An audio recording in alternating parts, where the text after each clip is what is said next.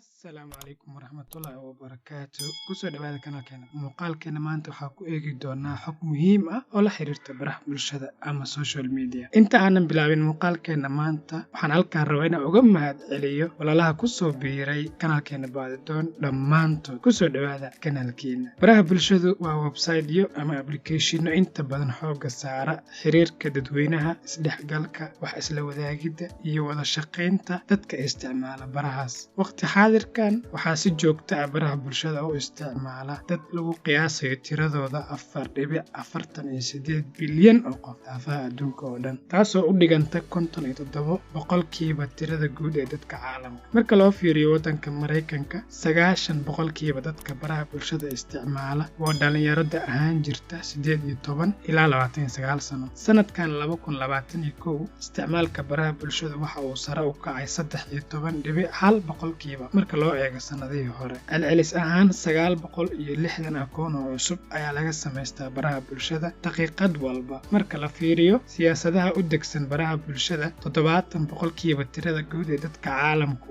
way furan karaan akoonno cusub. Qofka caadiga ah wuxuu isticmaalaa baraha bulshada 2 saac iyo bar maalin walba. Taas marka la isku geeyo waxay noqonaysaa in dadka adduunka jooga ay baraha bulshada ku bixiyaan in ka badan 10 bilyan oo saacadood maalin walba. Shirkadda Facebook ayaa ah shirkadda loogu isticmaalka badan yahay baraha bulshada, maadaama ay shirkaddaani leedahay 4 ka mid ah kuwa ugu waaweyn baraha bulshada oo kala ah Facebook, Messenger, Instagram iyo WhatsApp. Tani waxay ka dhigaysaa Facebook aabbaha iyo hooyada baraha bulshada. Tusaalayaasha shirkadaha baraha bulshada waxaa ka mid ah Facebook, YouTube, Instagram, WhatsApp, TikTok iyo Messenger. Waxaan filayaa inaad isticmaashid kuwaas ama ugu yaraan aad magacyadooda maqashay. Waxaase kula wadaagayaa magacyada kuwa laga yaabo inaadan hore u maqal. Waxaana ka mid ah QQ, Sina, Wipio, Quora, Kuishow, Pinterest iyo Reddit. Kuwan magacyadooda xataa way adag yihiin in la akhriyo. Aniga laftaydu xitaa hore uma isticmaalin shirkadahan. Qaarkood xitaa haddaaba iigu horeysa magacyadooda. Balse ogow in shirkadda ugu yar kuwaani ay ugu yaraan adeegsadaan 300 oo milyan oo qof bil walba. Sababaha ay dadku u isticmaalaan baraha bulshada way kala duwan yihiin, wayna badan yihiin. Waxaas halkan ku xusi doonaa 5 sababood ee dadka ugu badan ay u isticmaalaan baraha bulshada. Sababta koowaad, in dadku ay kula xiriiraan qoyskooda iyo asxaabtooda. Qiyaas ahaan 48.6% dadka isticmaala baraha bulshada ayaa sababtan u adeegsada. Waxaan qiyaasayaa in aniga iyo adiguba aan ka mid nahay dadka sababtan u isticmaala baraha bulshada. Sababta labaad, in waqtiga firaaqada lagu buuxiyo ama waqtigaas firaaqada qofku uu ku spend garay ama uu ku lumiyo. Qiyaas ahaan 36.3% dadka isticmaala baraha bulshada ayaa sababtan u adeegsada. Sababta saddexaad, akhrinta wararka. 35.2% tirada guud ee dadka isticmaala baraha bulshada ayaa waxay u adeegsadaan in ay wararka ku akhriyaan. Madadaalo iyo qosol.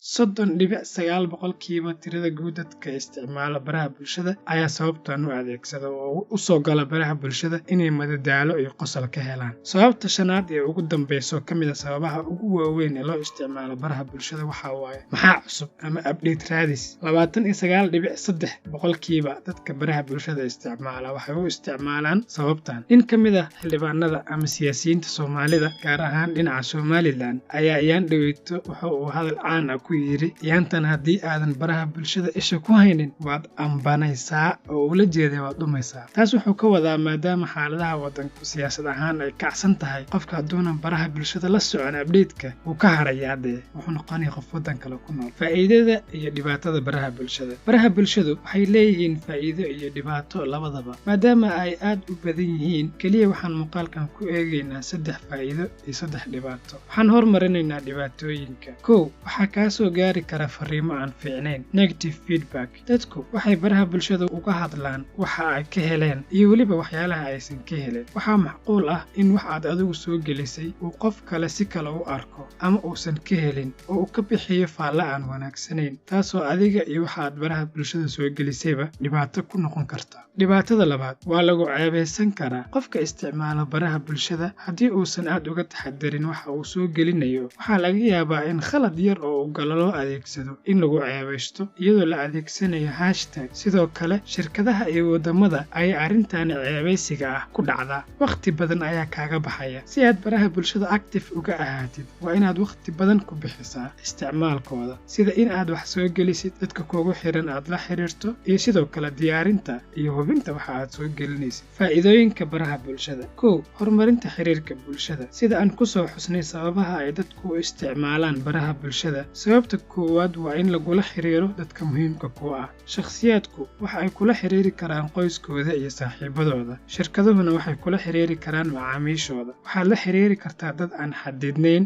oo aad u tiro badan adigoo adeegsanaya qaab sahlan. Faa'iidada labaad: caannimo. Baraha bulshada waxaa laga helaa caannimo, inkastoo iyadu xitaa ay leedahay dhibaato iyo faa'iido labadaba, haddana waa wax ay dad badani rabaan inay helaan, kuwo kalena ayban heleen. Faa'iidada saddexaad: isticmaalka baraha bulshada waa bilaash. In aad qarash ku bixisid uma aad baahnid oo aan lacag la'aan. Taasi waa mid ka mid ah faa'iidooyinkooda. Haddii ay lacag ahaan lahaayeenna, dadka intaas tiro la'eg ma aysan isticmaali lahayn. Waad ku mahadsantahay daawashada muuqaalkeena maanta iyo taageerada aad taageertid kanaalka Baadidoon. Waxaan sidoo kale idinka codsanayaa inaad like saartaan muuqaalkan haddii aad ka hesheen, aadna la wadaagtaan saaxiibadiinna. Haddii aad u baahan tahay meelaha aan xogtan ka soo xiganay, waxaad fiirin kartaa description-ka muuqaalka. Muuqaalkeena maanta intaas ayuu ku egyahay. Waa inoo muuqaalkeena xiga insha Allah.